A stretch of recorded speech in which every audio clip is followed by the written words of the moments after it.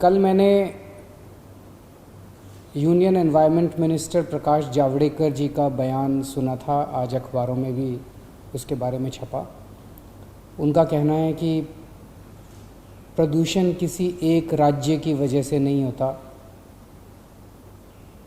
प्रदूषण एक राज्य में होता है तो दूसरे में चला जाता है, दूसरे में होता है, हवा इधर से उधर जाती है। तो इसके लिए सबको मिलके काम करना पड़ेगा। उनकी बात से मैं 100% सहमत हूँ। बिल्कुल हम सबको मिलके प्रदूषण के खिलाफ जंग छेड़नी पड़ेगी। उन्होंने कहा कि प्रदूषण एक दिन में ठीक नहीं हो सकता, इसके लिए कम से कम 4 साल लगेंगे। इस बात से मैं सहमत नहीं हूँ। मुझे ये लगता है कि अगर हम सारी सरकारें मिलके, सारी पार्टियां मिलके, राजनीति छोड़ के ईमानदारी से मेहनत के साथ लगें तो 4 साल से काफ़ी कम समय में हम प्रदूषण पे काबू पा सकते हैं। पराली के प्रदूषण की बात करता हूँ। दिल्ली में हम सब लोग जानते हैं और अब तो सुप्रीम कोर्ट ने भी कह दिया। उसके पहले इस बात पे राजनीति हो रही थी कि पराली से कितना प्रदूषण होता है, कम होता है, ज़्यादा होता है। अब तो सुप्रीम कोर्ट ने भी थोड़े दिन पहले कह दिया कि इस वक्त, साल के इस वक्त, इन 2 महीने, 1.5-2 महीने के अंदर जो प्रदूषण होता है वो मेनली पराली की वजह से होता है। पराली से जो प्रदूषण पैदा होता है वो केवल दिल्ली में नहीं होता, पूरे उत्तर भारत में होता है। और मुझे तो ज़्यादा चिंता उन किसानों की है जिनके गांव में जब वो अपने खेत जलाते हैं, उनके गांव में प्रदूषण का क्या हाल होता होगा आप सोच सकते हैं। वो अपने बच्चों को, अपने परिवारों को कैसे पालते हैं आप सोच सकते हैं, कैसे पालते होंगे। मेरा अपना मानना है कि पराली से उत्पन्न होने वाले प्रदूषण को काफ़ी कम समय में नियंत्रित किया जा सकता है। इसके लिए समाधान हमारे इंजीनियर्स ने, हमारे साइंटिस्ट्स ने समाधान दिए हैं। केवल और केवल राजनीतिक इच्छा शक्ति की कमी नज़र आ रही है। अभी जैसे दिल्ली के अंदर हम एक्सपेरिमेंट कर रहे हैं। एक्सपेरिमेंट क्या कर रहे हैं? पूसा इंस्टीट्यूट एक्सपेरिमेंट कर चुका है। पूसा इंस्टीट्यूट के बताए हुए रास्ते के ऊपर इस बार दिल्ली के अंदर सारे खेतों में दिल्ली सरकार अपने पैसों से, सरकारी पैसों से उस घोल को, उस केमिकल का छिड़काव कर रही है, जिसकी वजह से पराली जो है वो खाद में कन्वर्ट हो जाएगी। तो पराली जलाने की ज़रूरत नहीं पड़ेगी। एक समाधान ये है।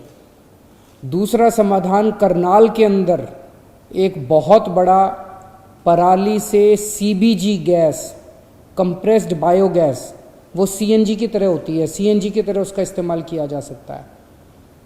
तो एक तरह से करनाल में पराली से CNG बनाने का बहुत बड़ा कारखाना शुरू हो चुका है। तो पराली से CNG बनती है, क्यों नहीं बनाते हम लोग? अगर पराली से CNG बनाने लगें और वो फैक्ट्री जब किसानों से पराली लेती है तो किसानों को पैसे देती है, पराली खरीदती है, किसानों की इनकम हो रही है। किसानों के खेत से पराली खुद ट्रांसपोर्ट करके फैक्ट्री तक लेके आती है। किसान का कोई खर्चा नहीं है। किसान की पराली को वो फैक्ट्री खुद काट के लेके आती है, किसान को बदले में पराली के पैसे देती है। और वो जितनी गैस बनाती है वो सारी गैस दिल्ली की IGL, इंद्रप्रस्थ गैस लिमिटेड, जो अपनी कंपनी है दिल्ली की, वो खरीद लेती है सारी गैस। सबका फ़ायदा ही फ़ायदा। पंजाब के अंदर 7 ऐसी फैक्ट्री चल रही हैं जो पराली से कोयला बनाती हैं या पराली से कोक बनाती हैं। वो फैक्ट्रियां भी, जो फैक्ट्रियां चल रही हैं पराली से, वो किसान की पराली खुद, फैक्ट्री वाले किसान के खेत में जाते हैं, पराली काटते हैं, पराली के पैसे 500 रुपये प्रति एकड़ के हिसाब से किसान को पैसे देते हैं। किसान की कमाई होती है और वो किसान के खेत से खुद ट्रांसपोर्ट करके फैक्ट्री तक लाते हैं और फैक्ट्री में कोयला बनाते हैं और कोक बनाते हैं। ये फैक्ट्रियां NTPC को कोयला बेच रही हैं। तो पराली से कोयला बनता है, पराली से गैस बनती है, पराली को हम केमिकल इस्तेमाल करके उसकी खाद बना सकते हैं और पराली से गत्ता बनता है। अब गत्ता बनाने की कई फैक्ट्रियां शुरू हो रही हैं। तो अगर हम सारी सरकारें मिलके अपने अपने राज्य के अंदर पराली को इस तरह से इस्तेमाल करने लगे कि उसको जलाने की बजाय किसानों को उससे कमाई होने लग जाए, तो कितना कितना फ़ायदा होगा। ये फैक्ट्रियां पता नहीं कितने लोगों को नौकरियां दे रही हैं। जो फैक्ट्री पराली से गैस बना रही है वो कितने लोगों को नौकरी दे रही है, किसान को पैसा दे रही है। जो फैक्ट्रियां पराली से कोयला बना रही हैं वो कितने लोगों को नौकरियां दे रही हैं, किसान को पैसा दे रही हैं।